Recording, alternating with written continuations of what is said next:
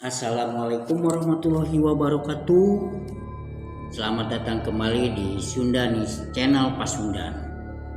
Semoga kalian semua ada dalam lindungannya. Amin ya Allah ya robbal alamin. Sebelum dimulai ceritanya, bagi kalian yang baru pertama kali mampir di Sundanis Channel Pasundan, salam kenal. Di kesempatan kali ini saya coba menceritakan sebuah kisah nyata yang berjudul Akibat Ajaran Sesat Nenekku Jadi Kuntilanak.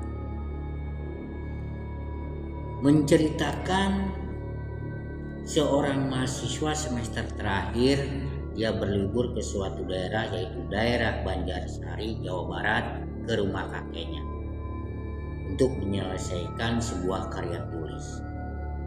Tapi setelah beberapa hari di rumah kakeknya itu malah menemukan kejadian-kejadian yang gak masuk di akal. Ternyata rumah kakeknya yang bernama Ero itu banyak menyimpan sebuah misteri yang sangat menakutkan.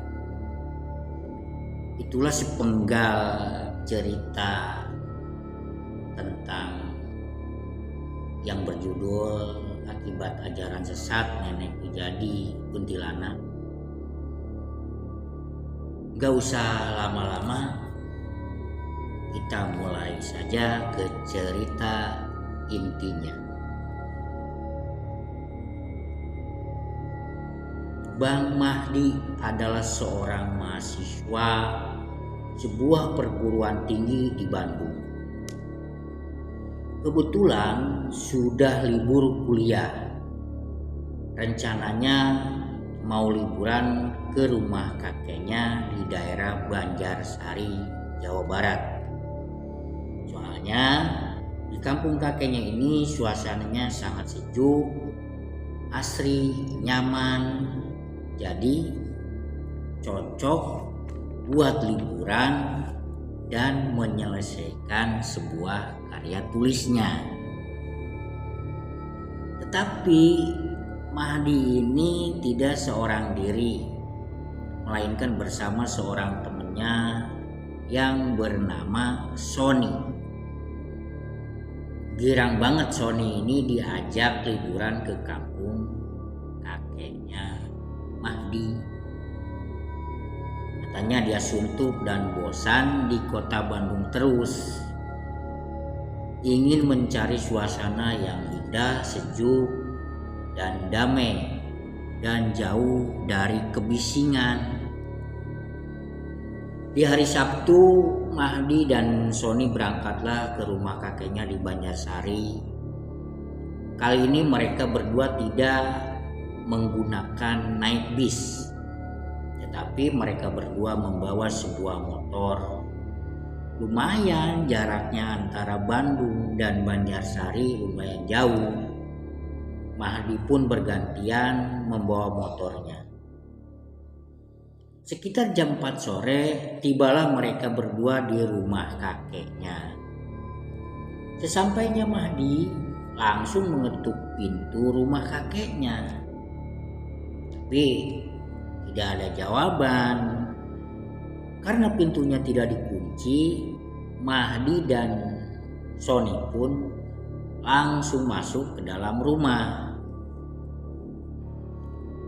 Singkat cerita, sekitar jam 5, Mahdi, Sony, dan kakeknya itu berkumpul di ruang tengah sambil berbincang-bincang. Di malam yang pertama, Sony sudah tidur duluan. Mungkin capek, tadi seharian di jalan. Sementara Mahdi masih ngurusin karya tulisnya. Waktu menunjukkan jam 1 malam. Tiba-tiba Mahdi mendengar seseorang bernyanyi. Tapi suaranya seperti suara perempuan. Mahdi pun kaget karena dalam pikirnya masa sih kakekku bernyanyi, tapi suaranya suara perempuan. Dan bahasanya pun bahasa Sunda. Ya kurang lebih kakeknya ini nyanyinya beginilah. Ayun ambing di ayunku samping, ayun ambing di ayunku samping. Mahdi pun heran, masa kakeknya jam segini nyanyi dan suaranya mirip perempuan. Mulanya Mahdi nggak peduli, dia terus saja mengerjakan karya tulisnya. Tiba-tiba Sony terbangun, katanya dia ingin buang air kecil dan langsung ke kamar mandi. Pas dia balik dari kamar mandi, Sony bercerita kepada Mahdi, katanya dia tadi melihat kakeknya Mahdi lagi ngusap-ngusap rambut seorang perempuan. Mahdi pun bilang sama Sony, kamu salah lihat kali, orang kakekku di sini tinggal sendirian kok. Benar, saya ngelihatnya sendiri. Kakek kamu lagi usap-usap rambut seorang perempuan. Coba aja kamu cek sendiri. Mahdi langsung pergi. Dan tiba-tiba kakeknya sudah berdiri di depan kamar yang dipakai Mahdi. Dan berkata, ada apa sih Mahdi? Kata kakeknya. Mahdi pun menjawab, teu aya nanaon Ki, yang artinya nggak ada apa-apa. Tadi si Sony katanya sewaktu buang air kecil ngelihat kakek lagi elus-elus rambut seorang perempuan. Kakek Mahdi pun menjawab, teman kamu mungkin salah lihat. Selanjutnya Sony kayak ketakutan banget nih. Langsung saja mereka berdua masuk kamarnya dan mengunci pintu.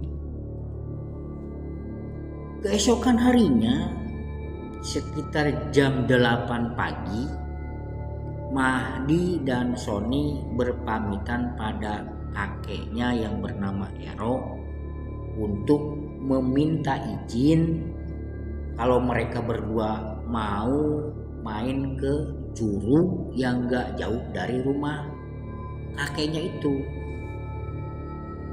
Sewaktu mau ngomong lagi sama kakeknya, ternyata kakeknya sudah gak ada. Mungkin sudah berangkat ke kebun, pikir mereka berdua. Tetapi anehnya, di dapur sudah ada atau sudah disediakan makanan. Dan mereka pun berdua sarapan tanpa berpikir siapa yang menyediakan sarapan itu. Setelah selesai mereka berdua mandi. Pas mau berangkat, Mahdi dan Sony nengok dulu ke arah dapur. Betapa kagetnya, karena piring dan gelas yang mereka pakai makan dan minum itu ternyata sudah ada yang ngeberesin, rapih tertata di tempatnya. Sony pun sontak kaget dan kayak orang ketakutan. Mahdi segera membujuk Sony dan berkata, sudahlah jangan takut, mungkin tadi sewaktu kita mandi kakek masuk terus ngeberesin semua itu. Padahal sebenarnya Mahdi pun ketakutan. Cuma demi menenangkan temennya ini, dia pura-pura gak takut. Singkat cerita, mereka pun langsung berangkat menuju curug itu. Setelah sampai, di situ ada satu orang bapak-bapak. Kebetulan Mahdi kenal sama bapak-bapak itu. Namanya Pak Mahmud. Pak Mahmud ini adalah tetangga kakeknya Mahdi. Dan Mahdi pun langsung menghampiri mereka berdua. Tetapi dengan raut wajah yang kayak ketakutan. Lalu Pak Mahmud bertanya pada Mahdi, "Sudah lama kamu berdua nginep di rumah kakekmu?" "Oh, baru kemarin Pak Mahmud." "Emang kenapa?" tanya Mahdi. Tiba-tiba Pak Mahmud ngomong lagi, "Mahdi, kakekmu itu..." Tapi sebelum Pak Mahmud melanjutkan ceritanya, dia langsung beranjak pergi. Mereka berdua pun kaget dan heran kenapa Pak Mahmud langsung pergi, nggak melanjutin ceritanya. Dan ternyata di belakang Mahdi dan Sony sudah ada kakeknya. Nggak tahu kapan itu datangnya. Mereka berdua pun tidak tahu. Dengan raut muka yang menakutkan, Mahdi pun bertanya, "Kok kakek ada di sini?" Tapi kakeknya tidak menjawab, malah tersenyum. Sudah agak sore, mereka bertiga pun pulang. Di malam yang kedua, sekitar jam 2 malam, tiba-tiba kakeknya ini bernyanyi lagi. Tetapi kali ini lagu dan nadanya sangat serem. Tetap suaranya seperti suara perempuan. Dan nyanyinya pun tetap lagu Sunda. Tiba-tiba perempuan yang lagi dielus-elus kakeknya itu nengok ke arah Mahdi. Mahdi pun dengan mata melongo kaget. Ternyata perempuan yang bersama kakeknya itu adalah neneknya sendiri. Mahdi langsung beranjak ke kamarnya dan mengunci kamarnya. Alangkah kagetnya Mahdi, karena di luar ada yang manggil-manggil namanya. "Mahdi, Mahdi, Mahdi." Gak lama kemudian kakeknya pun mengetuk pintu kamar Mahdi. Mahdi pun lalu membuka kamar dan kakeknya langsung ngomong, "Sudah, jangan takut Mahdi. Itu yang tadi manggil kamu piaraan kakek." Mahdi pun semakin ketakutan setelah mendengar penjelasan kakeknya itu. Pagi-pagi sekali Mahdi dan Sony pun pulang ke Bandung tanpa pamitan ke kakeknya. Karena sudah nggak betah, sudah nggak tahan dengan banyak kejadian-kejadian yang sangat menakutkan. Sepertinya kakeknya menyimpan satu rahasia. Pasti hal yang gaib Sebelum berangkat, Mahdi pun menyempatkan diri berziarah dulu ke makam neneknya. Lagi-lagi di situ ada kejadian aneh.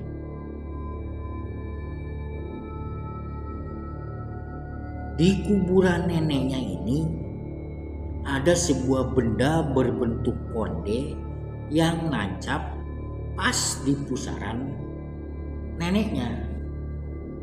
Gak pikir panjang, Mahdi pun langsung mencabut konde itu dan membuangnya. Setelah selesai, Mahdi dan Sony pun melanjutkan perjalanannya ke Bandung.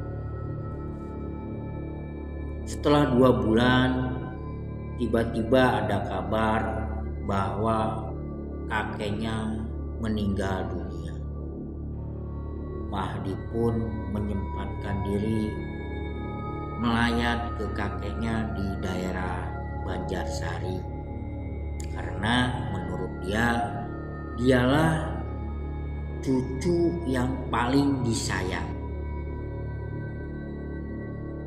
Setelah selesai pemakaman, tiba-tiba Pak Mahmud datang dan menemui Mahdi.